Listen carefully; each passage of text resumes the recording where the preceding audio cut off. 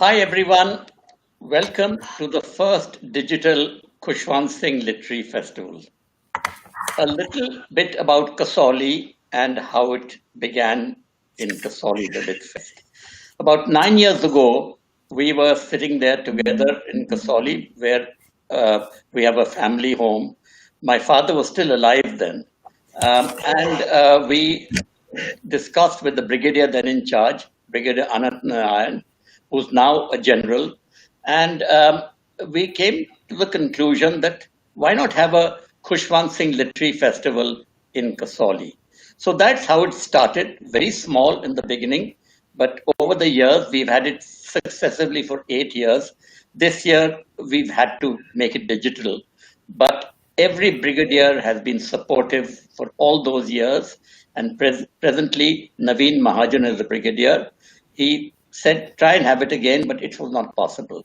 Anyway, the literary festival, the idea was partly because my father did much of his writing from Kasoli. The idea was to reflect some of the passions, concerns, and values that my father had. One was the concern for the environment and the ecology, of which you'll soon be hearing more about. And I might mention here that our little gesture is to plant a sapling in every speaker's name, so that this comes under an NGO called trees.com. And so we're planting saplings in each speaker's name. Then the other concern my father had was the education of the girl child. And the literary festival is dedicated to the Indian soldier. It takes place in a cantonment up in the Himalayas, where the military is there, a brigade is there. Now, let me tell you a little bit about the democratic values that we also try to promote at the Lit Fest. My father realized that, that as we all do, that India is a very diverse, very complex country with lots of religions, lots of cultures. And he was very keen that we should be as inclusive as possible. He was an agnostic. He studied many religions. He even gave a series of lectures at Princeton University on religions, comparative religions. But he was an agnostic. Strangely enough, two spiritual people were his great, who he looked up to, Mahatma Gandhi and Mother Teresa. He was himself a proud Sikh, but he never went to Gurdwaras, or hardly ever went to Gurdwaras. He was a proud Sikh. He was very proud of the symbols of Sikhism. And that always remained with him. But he was just as proud an Indian, enjoying the diversity of country and wanting to preserve that diversity. Now we've got Ashima, who's going to be also introducing the speakers. I should add that Ashima has been in Kasoli all along, and she has been right from the beginning. And she was one of the great favorites of my father. Every time she came to the house, my father would have new books, and he would tell her, "Go ahead and choose whatever you want." And she's a voracious reader, and so she would take those books. Also, before Ashima introduces Amitav Ghosh, I thought I would butt in before Sara starts the session, to ask him a little bit about my brother-in-law, Ravi Dayal, late brother-in-law Ravi Dayal, because Ravi Dayal was the first person to publish him. And I thought he would say a little bit about him also. Okay, over to you, Ashima. Thank you, Rahul. Grand Uncle K. An inspiration. I was ever so fortunate to have known him closely enough to be able to debate and discuss upon our favorite books, flowers, and our common love for the hills, especially Kasoli. Our second session for today, and the last one for this LitFest, is with one of my personal favorite authors, Sahitya Academy and the Padma Shri winner, Amitav Ghosh. His last book, The Gal Island, is a clear statement of what perils have befallen upon our planet. His focus today shall be on his current favorite subject, ecology. In conversation with Amitav on his An Uninhabitable Earth is the lovely Sara Jacobs from NDTV, anchor of We the People. She has also covered two US presidential elections and reported extensively in the environment. I first met Sara through a common friend in Kasoli when she had just started at NDTV. And today it's brilliant to see her here. Sara, over to you. Thank you so much. But before we start the session, I think Rahul had wanted you to speak a little bit about his late brother-in-law. Maybe you should go first. Well, his brother-in-law, Ravi Dayal, he actually published my second book, The Shadow Lines, and it's kind of interesting because I wrote a part of The Shadow Lines in Kasoli, actually. Vivan Sundaram lent me his house, and I and a couple of others, we were there. And he was running a kind of artist space because it's a very large and very beautiful house. It's just a few meters from the Kasoli Club. And it was a wonderful stay. And then Ravi published the book, the Shadow Lines. And I must say, then he continued to publish me till the end of his life. And he was just the most wonderful editor.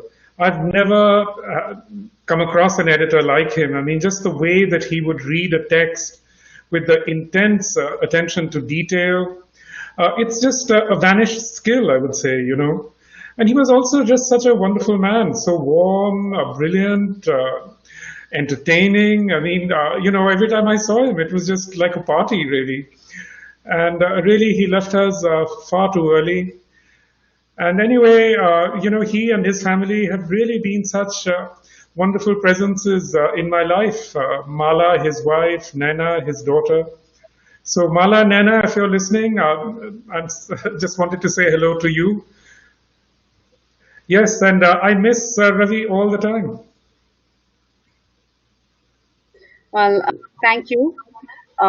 Thank you, Ashima. Thank you, Amitav. Welcome, everybody. Today we have with us a distinguished writer, a public intellectual, a man ahead of his time, who's been deeply engaged with the environment in fiction, a writer in whose work theme of climate change features predominantly found, a writer in whose stories nature has an active voice, and a writer whose non-fiction repertoire is as rich and powerful as his fiction. So, Amitav Ghosh, thank you for joining us for this closing session at the festival. So, Thank you. We had Sunil Zakaria yesterday, and he was pointing out that while the pandemic is a global phenomenon, I can't hear you. Hello? Yes, Amitav? now I can hear you. Yes, I can hear you now. Okay. So I was just saying that we had Okay. I was saying that we had Fareed Zakaria here yesterday, and he was pointing out that while the pandemic is a global phenomena, there's been an unfortunate lurch towards isolationism. We've been moving away from a global perspective, moving away, stepping away from an interconnected world, and this is everyone everywhere. Climate change, unfortunately, requires a coordinated global action. Is our most pressing short term problem, which is an environment where it will be much harder to address our most pressing long-term problem? That's a good question. I personally think that this pandemic has, from a climate activist's point of view, it's been an absolute disaster. I mean, if you remember, just before the pandemic lockdown started in March, was when the climate movement was really getting some serious traction. Greta Thunberg's followers had just become much more active. Extinction Rebellion had started. Fridays for the Future had just started. And then suddenly the pandemic froze everything, So in multiple ways, the pandemic has really set back climate action, I think. One of the summits had to be delayed until next year. But more than that, what we need for effective action on climate is really collective action. And now we are all so completely atomized. We are all sort of, living in our little private universes. So, but again, we have to be prepared for this, because all of us have always known, really, that this whole climate disaster is just going to be catastrophes interacting with catastrophes. And that's what we see right now. And globally also, world leaders are breaking away from international institutions, whether it's Donald Trump taking on the WHO. Yes, absolutely. I mean, and Donald Trump, of course, is a climate denier, and he's repeatedly said that it's a hoax. He's tried to expand the extractivist fossil fuel industries and so on. The one sort of good thing in all of this is that China has made a much more ambitious statement about reducing its greenhouse gas emissions, and that could be a very major thing. And really, I think every other country has to match that. So the other fallout of the pandemic, Amitav, has been on inequality. The differences between the rich and the poor, and the differences between rich and poor countries is being accentuated. GDP numbers are falling across the globe. Studies say that Indians will be pushed back into extreme poverty. One stark parallel between COVID-19 and climate change is that this crisis disproportionately impacts poorer communities. And for those facing poverty, struggling to meet their basic needs, environmental protection and social consciousness is not a priority. So in that context, also, as you said, have we lost, a decade of gains made in the fight against climate change? Yes, absolutely. I mean, it's been a look. I mean, let's admit first of all that global inequalities have been growing dramatically for years, but certainly this has been a accelerator of that phenomenon. But most of all in India, I would say, really what happened with this pandemic was a literally class war. The way that the lockdown was imposed, I mean, it was the government seems to have no idea that such a large part of India's working class actually consists of migrant labor. And anybody who's even opened their eyes must know this. I mean, in Goa, for example, in the small village where I have a house, the working class now is completely from the east. It's mainly Bengali. I mean, I can hear Bengali on the streets in Goa, and all those people. Just imagine the unbelievable hardship and suffering they had to go through. I mean, walking back in the heat of May, walking back all the way to the east. And then what happened? We had Cyclone Amphan. The cyclones hit so many people who were just struck, on the roads. So this is another example of how, in this particular era, what we are really seeing is catastrophes interacting with each other in these bizarre and horrifying ways. And of course, the impact on women is going to be disproportionately larger. Absolutely, and that's also been the case, with the climate problem. I mean, often it's been found that especially when cyclones strike, that women are often the worst affected. I mean, that's been found over and over again. Especially another huge problem is failing is drought and declining rainfall. That leaves a lot of women huge distances to walk in order to fetch water. So all of this is having absolutely a very gendered effect. Hmm. Okay, so but Amitav, talking now about social responsibility, let's move to your books and your writing. Do writers have a social responsibility to society in the art they create? I ask this because now virtually every profession is being interrogated from this standpoint, right? You ask, are you a socially conscious fashion house? Are you a socially conscious actor, a socially responsible automobile company? You raise the issue of the severe lack of serious engagement with the climate crisis in popular media, in fiction, in the storytelling of our era. You go so far as to call it a derangement. Why does climate change cast such a small shadow on literature than it does on the world?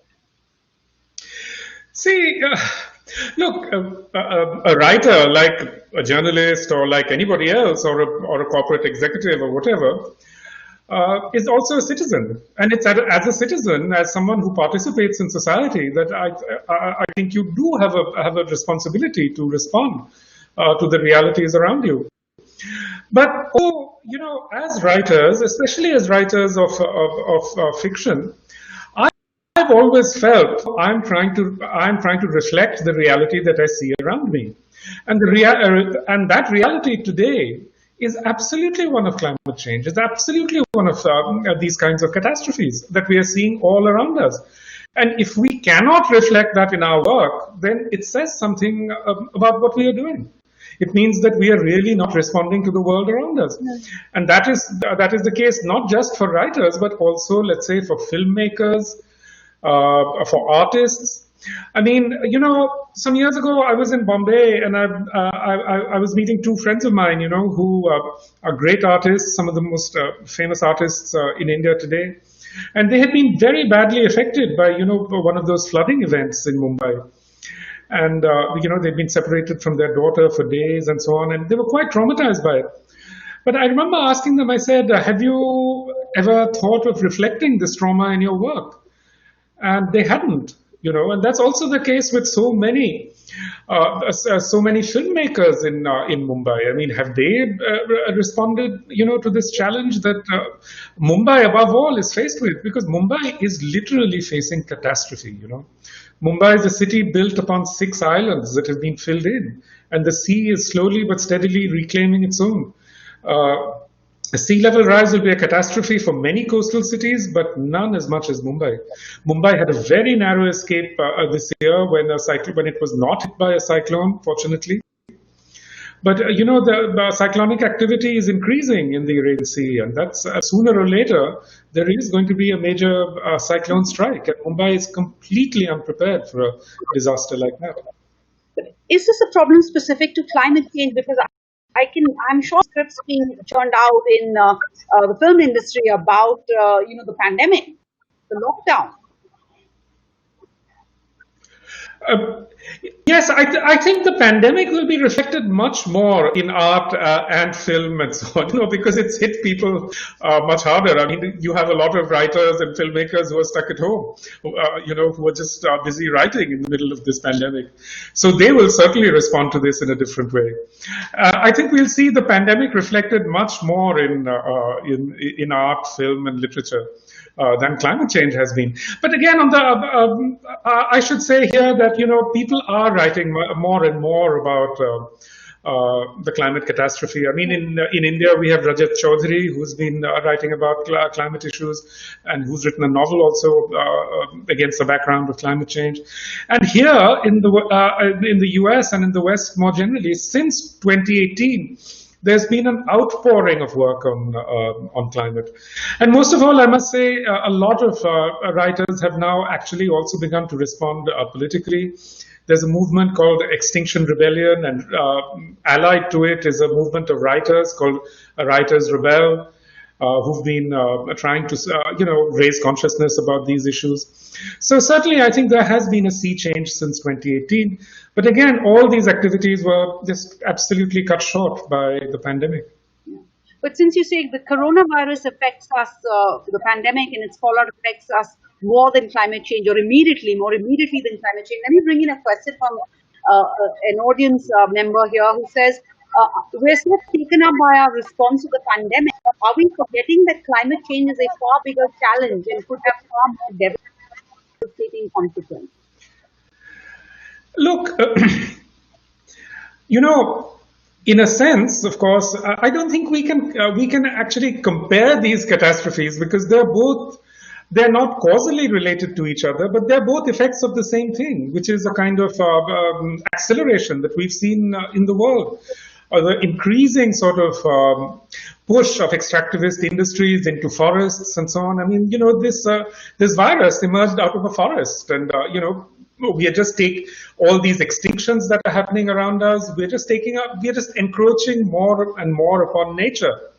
So, nature is striking back in many, many ways. The pandemic is just one of them. So in some sense, we could say that actually, climate change and the pandemic are both effects of the same thing, which is, acceleration, anthropogenic effects of this incredible acceleration that we've seen in the last 30 or 40 years. I mean, that can't fail to have a profound effect on everything around us. So you mentioned journalism, and the same questions I asked you, we could ask ourselves, look inward, because this is the charge that I get as a journalist. I cover the environment, I cover women's issues, all of them considered to be soft topics, and they aren't given a priority in the news in a country that's completely, politics, cricket, and West. And if the urgency of the subject was the criteria of its importance, then this should be the principal preoccupation of writers and journalists. So something that's often said about you is that you write history better than historians, that you make history more interesting than historians, and that's something I'm often told as a journalist who covers soft subjects, that you have to make it more interesting to the viewer. The viewer is not interested in all this. So a selfish question in terms of craft. How does one do that? Look, this is a part of the derangement. It's absolutely a part of the derangement that we're in. And that derangement is much, much more advanced in India than anywhere else. India is one of the countries that's most vulnerable to climate change. We are already seeing these incredible impacts of drought, of sea level rise. And in the middle of that, what is happening is that the government is actually changing.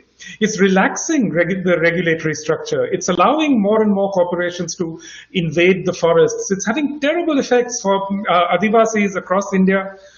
So, what we have to note here is really that India is more in the grip of this derangement than almost anywhere else. And while all this is happening, what are people in India paying attention to? It's, as you say, what I call Cricollywood, I mean, they're just having this deranged sort of attention to cricket. I saw this coming years ago. I used to tell my friends, many of whom write about cricket and are crazy about cricket, to say, at some point in the future, people are going to turn back and say, you had a responsibility for this, for creating this circus, this tamasha that has taken over the country, even as this crisis accelerates, Mm-hmm. So let me say that, journalism has also changed. In the New York Times, for example, Somini Sengupta, a friend of mine, she's a journalist, she's been covering climate issues. She's been doing a brilliant job, absolutely brilliant job. And if you read her pieces, you'll see that it's possible to write in a very compelling way about climate change. It's just a question of paying attention to it. It's just a question of seeing what's happening around you. So, for example, one of the reasons why Indian journalism doesn't pay attention to this is not just because of Cricollywood. It's also because Indian journalism is so urban focused, and not even urban focused. It's really just focused on Mumbai and Delhi. When Cyclone Amphan hit Calcutta, there was very little coverage of it.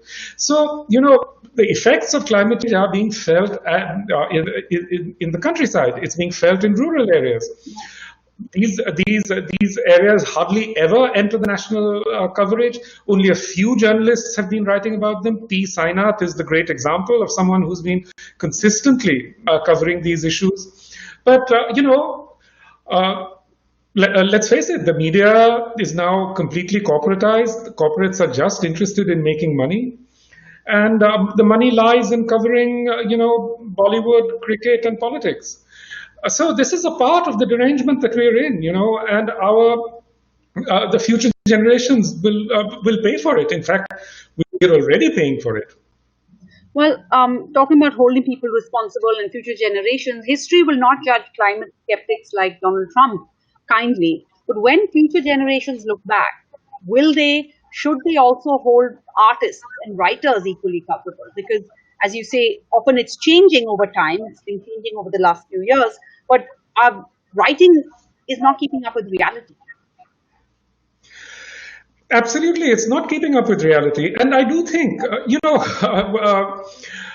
in the 50s and 60s, people always used to say that, the question that the future generations always posed to the writers of the 30s and 40s was, what were you doing during the Great Wars? And I think this is exactly the question that is going to be posed to writers of my generation, writers of younger generations, even more. Is, while the planet was burning up around you, what were you doing? I mean, were you writing novels about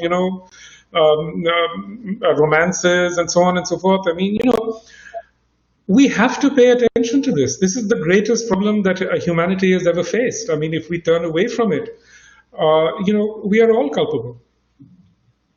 All right, Amitav Ghosh, if you were born 30 years later, you would probably be what is called today a travel blogger, millennial travel blogger. Your travels reflect in your books, and your books make people want to just drop everything and go and reflect in some, back of beyond, wonder like the Sundarbans.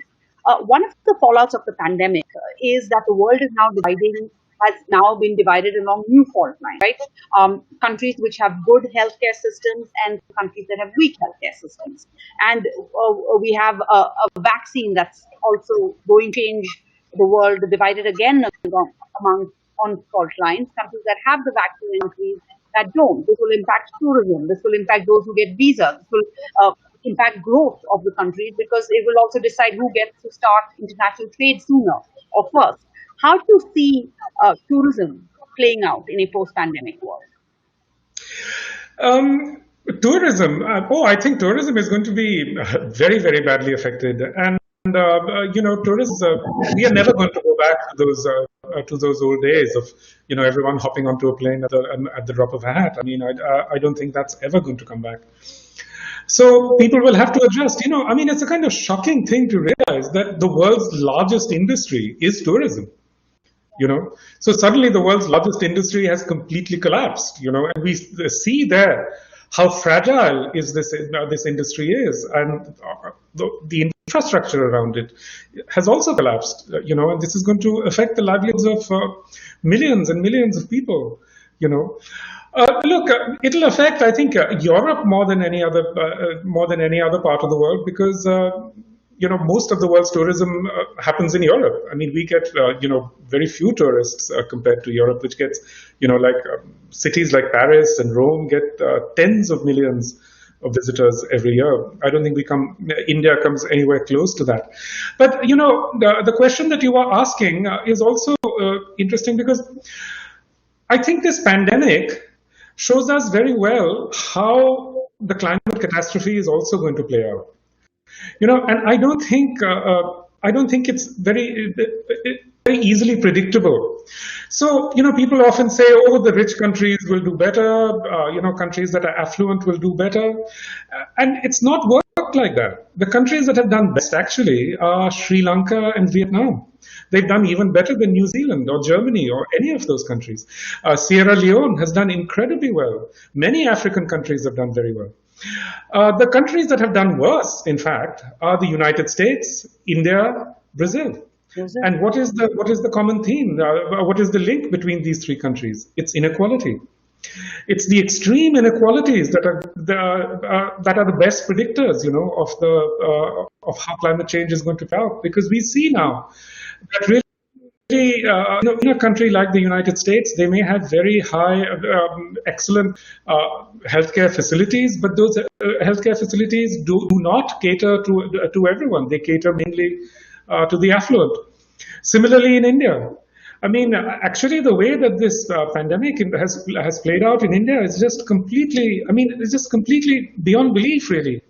Because, Pakistan has done better, Bangladesh has done better, Sri Lanka has one of the best outcomes in the world, you know. So, it really should serve as a wake-up call to us. All right. I hope my audio and video is still clear, because I'm getting messages here that it's blurred. But if you can hear me, then I'll carry on. I want to just read out. I can hear you. But you have a lot going on behind you. Background is kind of, is kind of really distracting. Apologies. I apologize for that. We will fix it, but we don't have any more sessions in this LitFest. But I'll pass that on to our technical team. But I want to go across to read out a little excerpt from your book. You say that the mute exchanges of gazes is the only communication that is possible between you and this presence, yet communication it undoubtedly is. Here you're talking about tiger human communication, right? A tiger that's just about to pounce. But I think this is something that will resonate with many readers who over the past 8 months, we've all been trying to overcome deeply unsettling feelings. We've been grappling with a radically reconfigured world, a world we thought we had control over. We've seen drastic changes in become the individual level, to the corporate level, to the government level. Hollywood studios would have never dreamed of debuting a big budget movie through a streaming device. Michelin-starred restaurants thought they were above takeout and delivery. Health clubs are now asking people to stay at home, or helping people stay at home and work out with these, online videos. The world has changed. There's new normal. Do you think that we will ever go back to the way we were in the past, with the huge consumption, the giant carbon footprints? Or do you think this is a catalyst? This can be a moment in history to recognize that, we're interdependent with nature and survival needs to be collaborative. Yes, absolutely. We absolutely need that. Look, I don't think we're ever going to go back to how we used to live before. That's certainly going to change. But I should say here that, it is true that, in the past we used to think that people used to think that somehow the earth had been conquered. This is one of the sort of crazy delusions of modernity. And it goes back a long way. It goes back to the 17th century, really. As modernity began to emerge in Europe, it created this kind of crazy illusion that human beings are in control, and we're absolutely not. But in 1755, there was a great earthquake in Lisbon, and it had a tremendous effect on the European intelligentsia, on people like Voltaire and so on, who suddenly woke up and realized that, humans have never been in control. And again, we lapsed back into this in the 19th century, in the 20th century. Now, suddenly, everybody can see all around us. No, a microscopic entity like this virus can bring the whole world to a screech out, and it has. I hope this awareness enters us deeply and profoundly, because it's really something that we need to be aware of. I think you may have touched, I have another question coming in, and I think you may have touched on this, but I'm just going to ask it again. It says, pandemic, cyclones, earthquakes, locust infestations. Is this the planet putting human beings in place for what it has done to the ecosystem? It is absolutely that. It is absolutely that. It's the planet is striking back. It's, there's the locusts, there are these mega cyclones, and now in California, we have a new phenomenon called a gigafire. It's a fire so big, it's not even a mega fire, it's a gigafire. Can you imagine that? Of all these phenomena, the one that frightens me most really is the wildfire phenomenon. because it just these wildfires strike with such incredible speed. I mean, in Paradise, California, the sort of ill-named Paradise, this town, people woke up in the morning at 7 o'clock. They were going to take their children to school, and by 9 o'clock, the entire town was absolutely engulfed in flames. So it's California, it's southeastern Australia, the places where they're actually being consumed by these impacts are often the most unexpected places. I mean, California is one of the richest parts of the earth. Southeastern Australia is also, it's the wealthiest part, one of the wealthiest parts of the planet. Similarly, another area that has been very badly affected is actually Italy. Italy has been hit by many kinds of climate impacts. I don't know why they don't get talked about more. But so yes, the whole world is being absolutely consumed. Siberia, there are these mega fires burning all over Siberia. It's an important thing to realize that also in India, we've had endless numbers of wildfires. Especially in the Ghats, in the Nilgiris, and so on, endless numbers of wildfires which are never reported on. In the press. So we think that wildfires are happening only elsewhere, but that's not the case. I think it's important to remember, that in the last great period of climate disruption, which was the 17th century, the so-called Little Ice Age, most of the damage that actually occurred came by fire. Fire is the thing to be most afraid of. Okay. Indy, if you have any questions coming in, just pass them on. I'm going to just read out another excerpt from your book, The Great Derangement, Climate Change and the Unthinkable. It says, who can forget those moments when something that seems inanimate turns out to be vitally, even dangerous? This again to me seems like another line that will resonate with readers, because as you talk about the situation in California, here back home at the start of the pandemic, we saw for the first time blue skies in Delhi and all across India, for one. All over the world, social media was abuzz with these images, a deer on the empty streets of New York, flanked by skyscrapers on both sides. A narrative picture is healing. Emissions dropped at the beginning of the pandemic, but now they seem to be up again. But still, we've all gotten a glimpse of what life could be like, what the world could be like, with a little bit of a cleanup.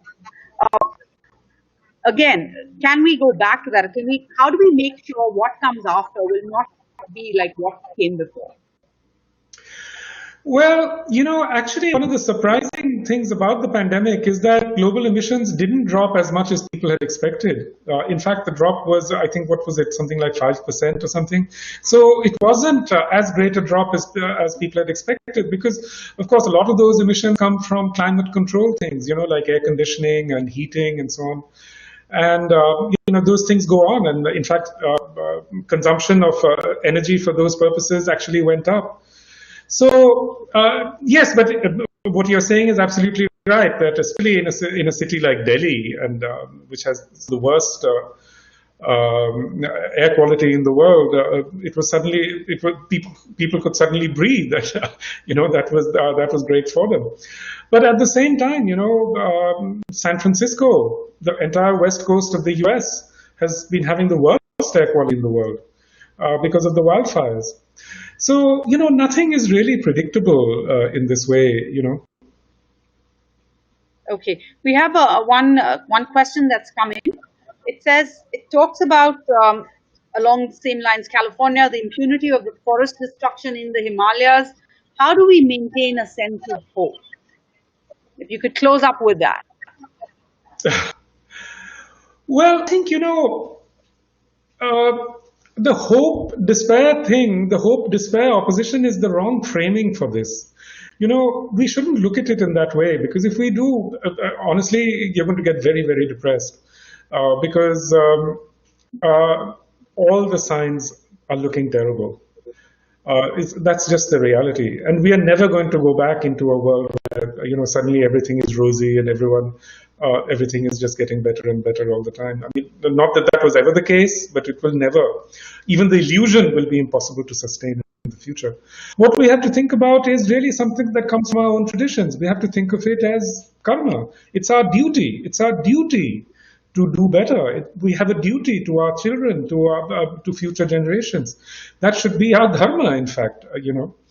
You don't just do things because you have hope. This whole idea of progress and hope, these are the most dangerous ideas of modernity. We have to dispense with that entire way of framing this problem. We have to try and think of a new framework, a new way of thinking about the future. All right. So will this moment in history be the great derangement, or will it be the great recognition? Amitav Ghosh, thank you for your time. And we're all grateful to you because in your writings, you managed to humanize this problem of climate change. Again, what I'm all often advised as a journalist, humanize the story so that people can get interested in it. You managed to do that, and that is a huge service. Thank you so much. Ashima, over to you. Thank you. Thank you so much for having me. It's been a great pleasure. Thank you. Thank you, Amitav and Sara, for such an insightful and thought-provoking session. Rahul, over to you. Okay. Now I've got the great pleasure to thank a lot of people for, the successful first Khushwant Singh Digital LitFest. I don't think Sara and Amitav are really needed for this, but if you want to stay, right. please. Thank you, Rahul. If you want to stay, thank you, Rahul. stay. Thank you much for having me. Yeah, but if you want to stay, please stay. It'll only take 2 or 3 minutes. That's all. I'll stay. Yeah, okay. Well, it's first thanks to our broadcast partner, NDTV, of which Sara is very much a part. And then I'd like to thank some of the sponsors who've been with us right from the start. There's Mrs. Charanjit Singh of the Meridian Hotel, a very old and close friend of my father. There's Rimjit Sani of the Sun Group. The residents of Kasoli. I mean, I must mention this, that every time we've had the Lit Fest for 8 years in Kasoli, the residents of Kasoli have opened their hearts, have put up our speakers, and they've made a home for them. So, residents of Kasoli. Harinder and Kiran of 1469. They have been our consultants. There they are. Oh, lovely. There they are. They're our consultants and advisors on social media. Right there. And they have designed some of the best stuff that has gone to the speakers and everybody. And the successive brigadiers, starting with Brigadier Anant Narayanan, who's now a general, and Naveen Mahajan, who's now the present brigadier, and the Kasoli Club and the executive committee, which has been so supportive for the success of the LitFest. I think I've almost run out of everybody else, but there are people like Rita and Arun Duggal who live in Kasoli, who've been supporting us from the beginning. 95 Big FM, King Tiger and Renuka Chatterjee, who are publishers, and Grow Trees. As I mentioned earlier, there's a sapling planted for every speaker. That's a small contribution to helping the environment. If I may mention here, Kasoli has got, outside Kasoli itself is fine. Outside Kasoli, there are so many houses perched on the hillside. And what Amitav was saying just now about an earthquake, I hate to think if an earthquake takes place in the region of Kasoli, and it's an earthquake region, what would happen to all those houses perched there? And I don't think they've really looked at this environmental angle. Ashima, you got something to say about that? Well, we keep trying to create awareness. However, the disheartening part is that it's not about the construction, because where there will be people, there will be construction. It's the way it is being done. with just no heed for the ecology of the place. And of course, the rubbish. Yeah. Okay. Let me go back to our thanks. Our technical team who've done such a fantastic job. Uh, Ashwini Kumar and Rahul Goba. I hope they can come on the screen. There they are, both of them. Super sound quality, super visuals. Thank you very much. They've been with us also for a long, long time. And some people say to me, where do you get your technical team from? I said, Chandigarh. They said, Chandigarh? How can such good people be in Chandigarh? They think that technical teams must be all in Bombay, Delhi, Bangalore, or something. Chandigarh has these young fellows there. And then the volunteers who run the Lit Fest, all total volunteers. Ashima's one of them. She's been with us from the start. Indra Chandrasekhar, where is Indi? And He's hi, coming. Rahul. Thank Who's you. been there right from the start. Serena, who's been collecting the questions and all that. And there she is also on the Bharat, who's right there also, who's been one of our big supporters and who collects all the questions and, gives them to the people who are presenting the program. Our financial advisors, Purushottam Dheer and Varun Kotaria. And then we come to our curation advisor and board member, Ashok Chopra. He's a big publisher of Hay House. So I think I've come to the end of my thanks. Thank you for making this. We were very, very nervous about having a digital test, but it worked out so well. We have Thank you, to everybody. also clap for Nilofer. Yes, absolutely. Yeah. She doesn't like to come on. She doesn't like to come on the screen. But I hope she's listening to it at least. She is. I hope she is. Nevertheless, she's the backbone. Yeah. Yeah. Great, sir. We are proud of Kasoli, guys. It's been a really big treat for us. We are loving every session you had from past 8 years. Yeah. And it's Loving really, it, sir. yeah, It's an honor it's an honor, to and be part of it. we just love to be there and be part of it. Proud Thank of you you, very sir. much. Okay. I hope the brigadiers are also listening because they've helped us a lot. And Always, sir. members of the Kasoli Club. He's trying to log in, sir. He's trying to log in. Just hold on for. Okay. Brigadier Mahajan. Well, I miss getting my pulkari fix, not being at Kasoli, coming to 1469. I think next year we'll do that, hopefully. Yeah, absolutely. Yeah, I think we're all hoping that the next fest will be in Kasoli and not a digital fest, though this was wonderful. This Yeah. was wonderful. We can have digital come Kasoli, both at the same time. Absolutely, why Digital not? Kasoli digital. I know, Serena, I was just saying earlier that actually, sometimes you look for that little light somewhere in every situation. And it's thanks to COVID. We've had the digital fest and I've been actually able to attend both the sessions and not running through the gate and back and forth. And Kiran's smiling because Kiran and Hari constantly see me pulling my hair out there. I missed it again, Yeah. No, and I'm sure we reached a wider audience because, we reached people who otherwise wouldn't be able to Very travel. true. That's a big plus. Oh. Yeah. Yes. And also, I think Ashwini and Rahul Gopa told me that this can now be seen again on Facebook, Yes. Twitter, Sort of on YouTube. demand. Yeah, and on YouTube demand. also. This session, sir. Yeah. This session we are going to delete. You're going to delete what? This session, sir. No. Yeah. I'm going to I Yeah. got such a new This is term. only internal. This is internal. Yes, absolutely. But But then Nilofer should come on since it's only internal. I don't know where she is. I have no idea.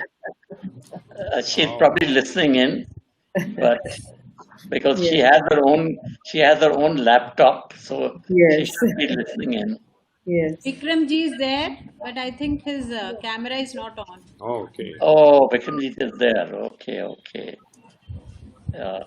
Anyway, he's been very supportive, and if somebody would thank him, please do. Sure, sir. Yeah, sure. We'll convey. Yeah. And Great. Rahul, remember the last time you were at Kasoli, you said one of your wish was to reach out to a lot many people who would otherwise not be able to come to Kasoli. Oh, it's happening.